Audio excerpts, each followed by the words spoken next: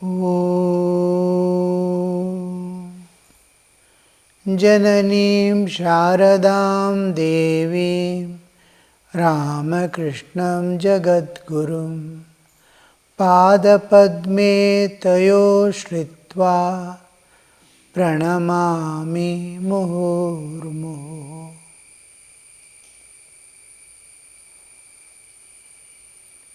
We saw Sri Ramakrishna explaining the various planes of existence, the 7 planes of existence that we pass through to higher and higher levels of consciousness and to the ultimate of non-dual experience. The 7th plane.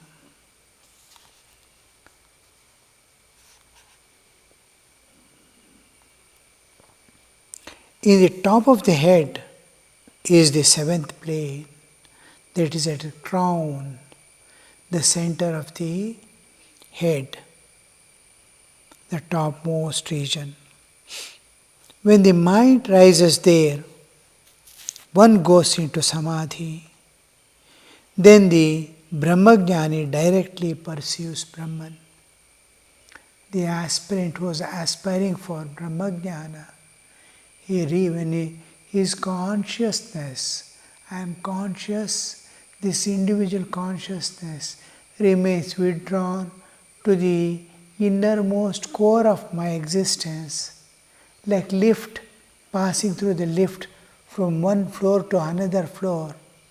I pass through various levels of consciousness at the core of my existence. I have withdrawn my consciousness from the external world, and I am at the core where I can shift from one level of consciousness to another level of consciousness. That is called Sushumna.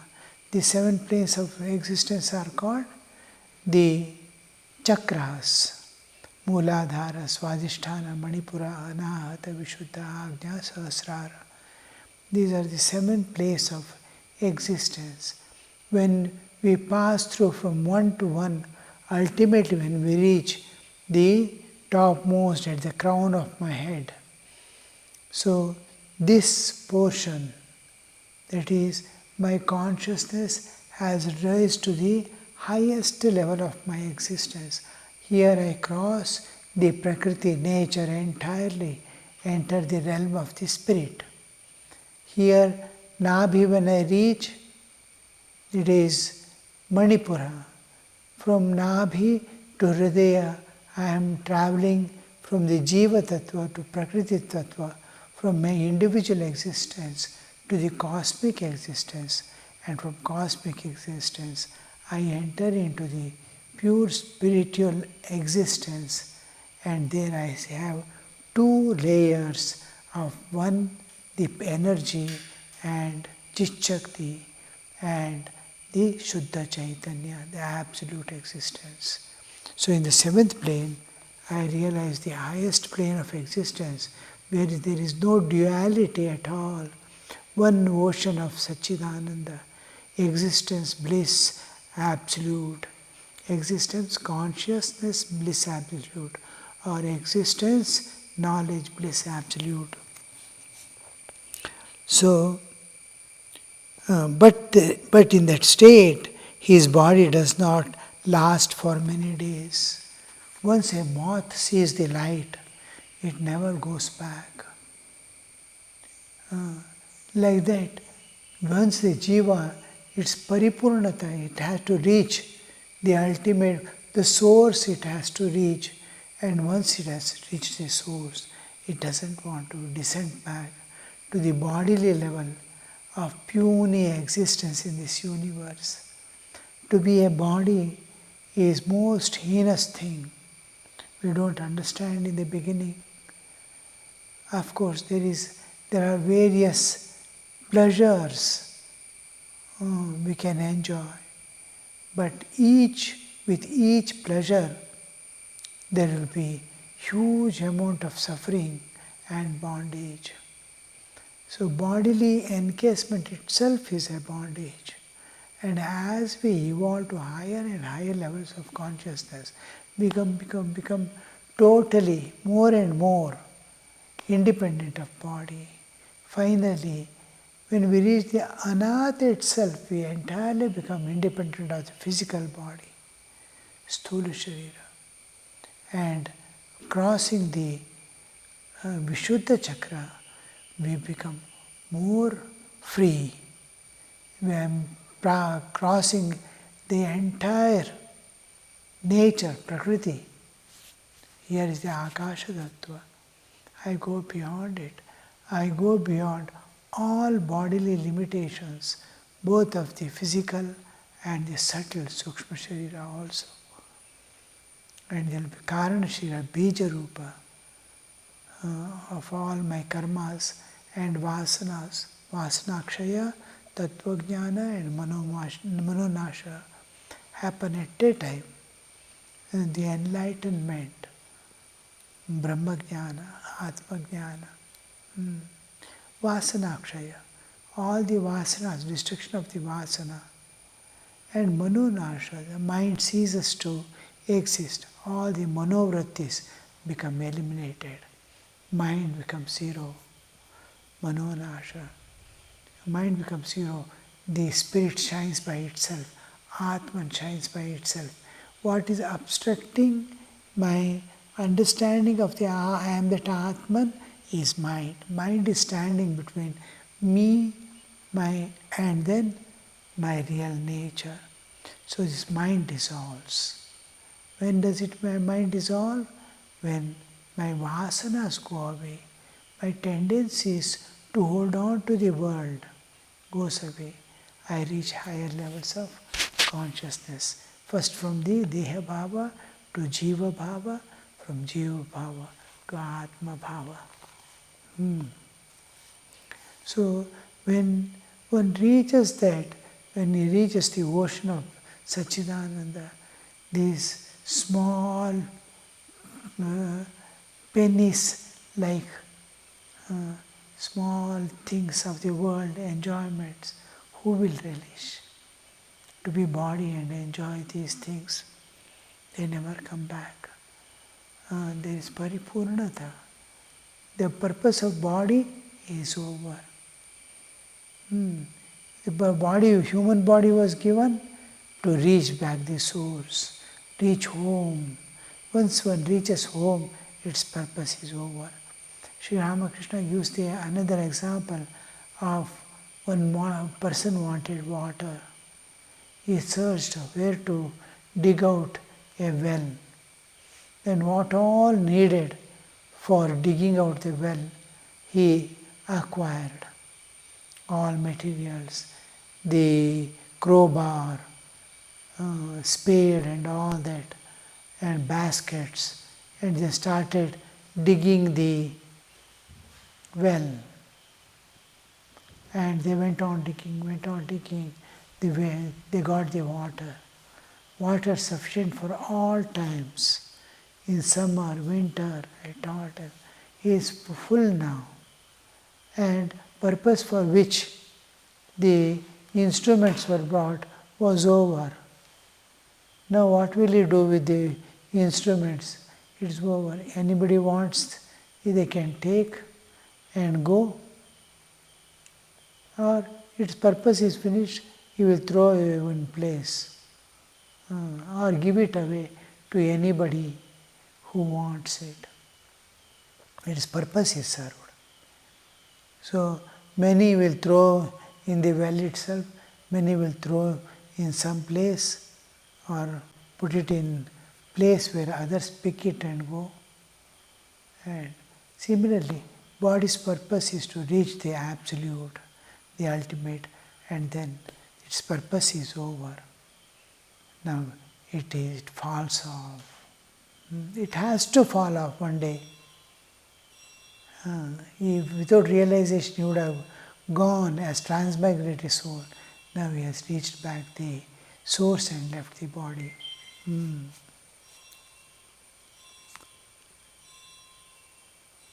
Gives up the body in 21 days. That is the maximum period. 21 days. That is the condition of Brahmajnani, but yours is the path of devotion. That's very good and easy path. He is explaining the whole way by which a jnani reaches the ultimate goal. Here we see Sri Ramakrishna clearly differentiating and presenting again and again Bhakti Yoga. Bhakti Yoga for all we people who are always engaged with the body, being body. I cannot bear much of the strains of the world. I cannot work very hard day and night. So I cannot maintain my energy supply.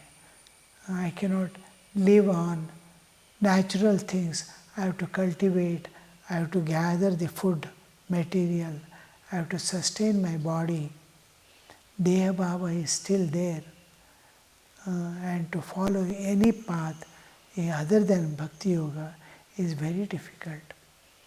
So, as a body, mainly because I am Sharira, to forget the Deha, when will I forget the Deha in love of God or in longing for God? Deha Bhava, how will it go? How will I forget? Only in sleep I go away from body because nature takes me. I don't go. Nature makes me sleep. So I forget the body in sleep. But can I forget the body in thinking of the Brahman? Can I think of the something else within and forget the bodily existence? We have not yet come to that stage. At will to forget the body. My intensity is not so great that I am able to forget the body at any time. So, Bhakti Yoga. Accept the bodily, utilize all the faculties God has. In Bhakti Yoga, I utilize all the faculties in me.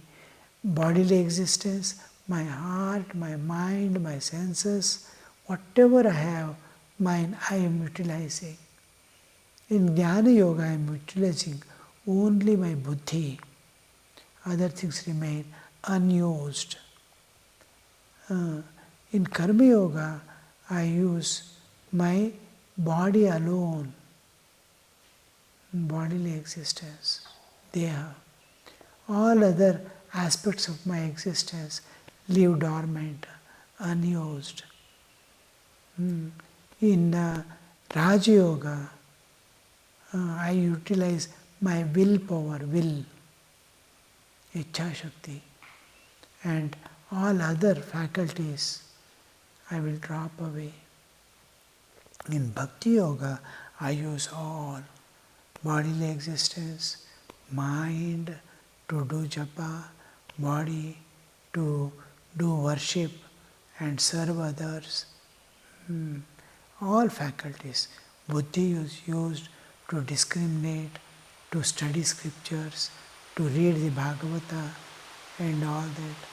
And even the heart to love God, to express universal love.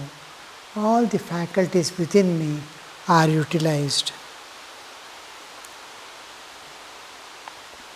But yours is the path of devotion. That is very good. And is easy path. Once a man said to me, "Sir, can you teach me quickly the thing what you call samadhi?" All love. Sri Ramakrishna is explaining how the efforts to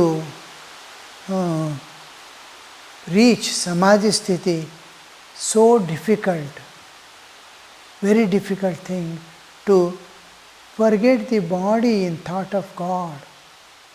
So difficult, and it needs whole life's practice as if day and night practice, day and night practice, whole life.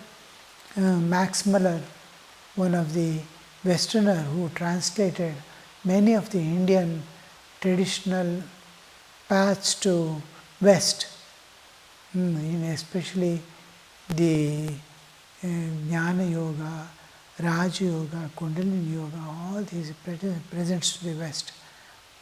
And he says, even to acquire mastery over one of the spiritual disciplines like Yama Niyama. Yama consists of 5: Ahimsa, Satya, Asteya, Aparigraha, and Brahmacharya. Even to acquire mastery over one of these disciplines, say Ahimsa, to achieve perfection in one Ahimsa, a man may take one life. So difficult is the path, it may take one life. So much difficult. That person is asking, can you teach in a short time, quickly? Can you teach me quickly the thing what you call samadhi? So all love. After man has attained, Ramakrishna is continuing, just he mentions about that, means there are people who misunderstand things. If he teaches within few minutes, I can just have a vision of God and go. I will see who is that God. After man has attained samadhi, all his actions drop away. All the actions drop away because he has raised to a higher level of consciousness. His mind is not coming down to the physical level of consciousness. It remains intoxicated in the thought of divine because of the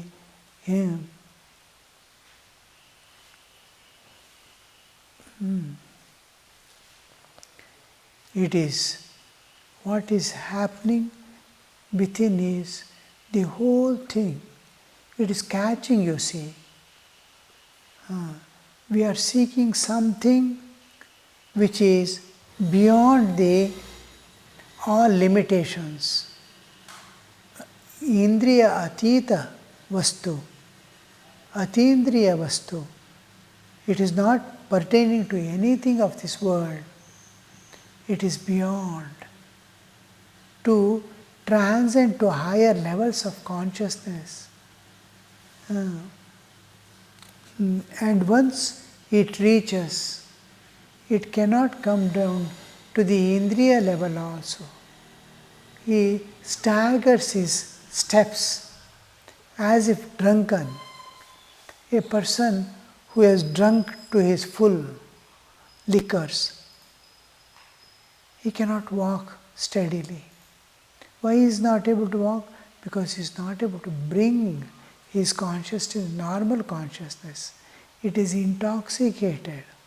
Similarly, the mind becomes God intoxicated. Now, how can he do the physical activities or mental activities? It is experiencing the bliss of the Atman. It is experiencing God Himself, which is the source of all that exists as this universe and all jivas. We have reached the root of this universe.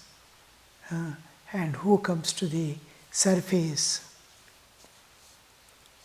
After man has attained samadhi, his actions drop away.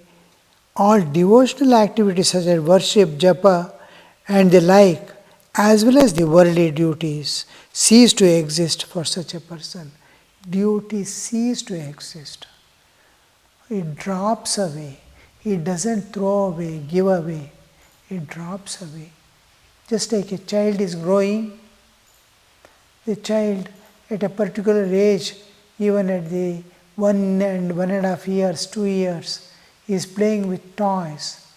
He doesn't part with the toys any time.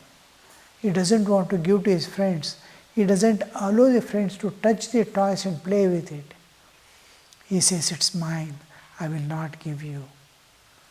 So he is unable to give. He doesn't want to give. He doesn't want to part with it. That boy, when he starts growing, he is entering into youth. Will he play with the toys again? Yes, his growth has made the toys unreal and unwanted. He feels, I'm wasting my time if I play with the toys now. Because he has grown to higher, he cannot play with the toys. So, like that, he doesn't have the inclination to play with the toys, nor there is any necessity. His now duties and responsibilities come to another level. He has to finish his studies, go for a job, for earning. So other duties demand his. Like that, to be in God, in His presence, to remain absorbed in the Atmanhood is his present duty and responsibility. So, japa, its purpose is over. Worship, its purpose is over. For what he was doing all these days, japa, dhyana and all, its purpose is over. He can give it up. Once his school studies are over, he will not continue in the school again. His studies are over, he can quit. And nobody gives the admission also, second time. They say, no, we'll not give you. You have finished your studies. So they drop off. Once you finish your studies, your joining school and going again will drop away. Before studies, if you leave the school, then you are left the school. Once you finish the course and then you don't go, it has dropped away by itself because of your fulfillment, because of your passing through that. At the beginning, there is much ado about work. As a man makes progress towards God, the outer display of his work becomes less and less, so much so that he cannot even sing the name and glories of God. He cannot even sing. He is absorbed in God. Slowly he comes down sometimes and talks to people about the joy and bliss, the freedom of the soul from all limitations, and puts a little food for that body and again gets absorbed. For the sake of other people who are on the way, to inspire them, to guide them, to show them the possibility, he gets down to the lower plane. Rather, the nature brings him down to the physical level to speak a few words and go back.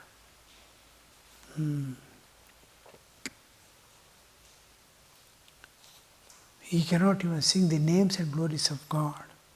To Shivnath, one of the devotees, as long as you were not here at the meeting, people talked great deal about you and discussed your virtues. But no sooner did you arrive than all that stopped. Now the very sight of you makes everyone happy. People now simply say, he is here is Shivnath Babu. All other talk about you has stopped. When you have reached the goal, what more to talk? The purpose is over. After attaining Samadhi, I once went to Ganges to perform Tarpan. He went to Ganges to Tarpan is what is offered to mains our ancestors who have passed away, to honor them, to express our gratitude, and to give a kind of maternal feelings of satisfaction. Now, a person who dies will have so much of attachment for his family, his property and his things. Now at the time of death, these things remain unresolved. Inside that attraction, that attachments, all that will be there. With that, those forces working within, he leaves the body and carries those forces with him. And when he carries these forces with him, that will, even after acquiring another body, suppose a human body itself, something is lacking within. He sees some force is working. He has got some expectation somewhere. He doesn't know what that expectation is. Now we are all connected through one material, one entity, that is Spirit, Chaitanya. Chaitanya is pervading everything.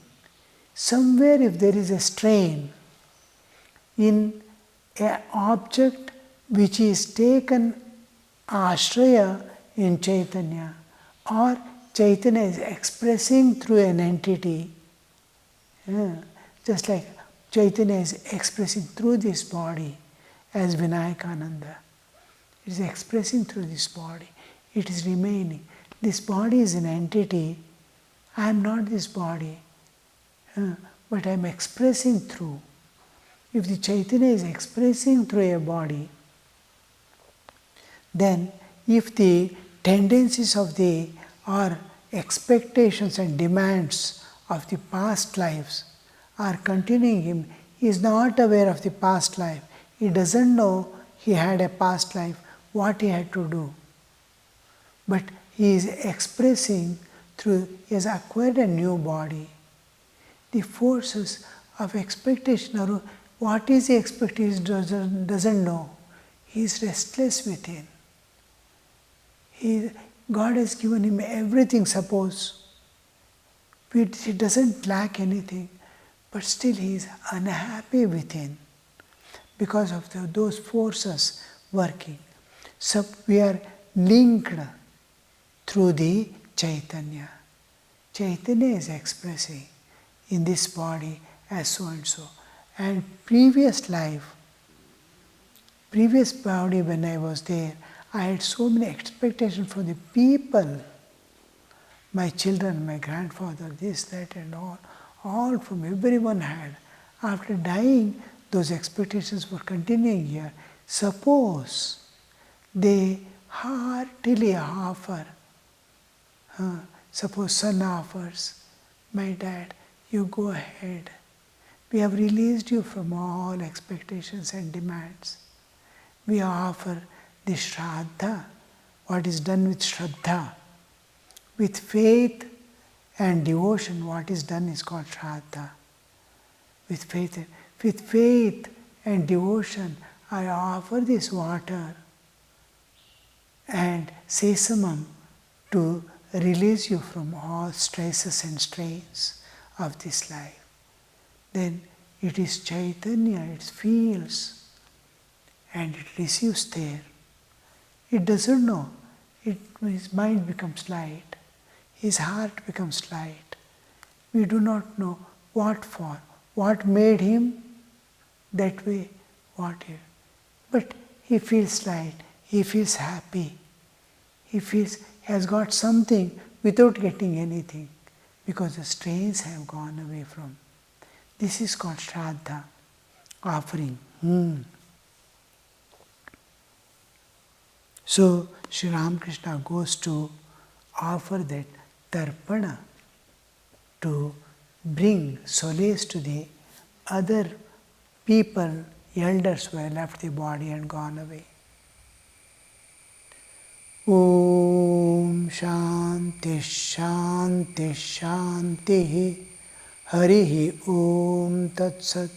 Shri Ramakrishna Arpanamastu.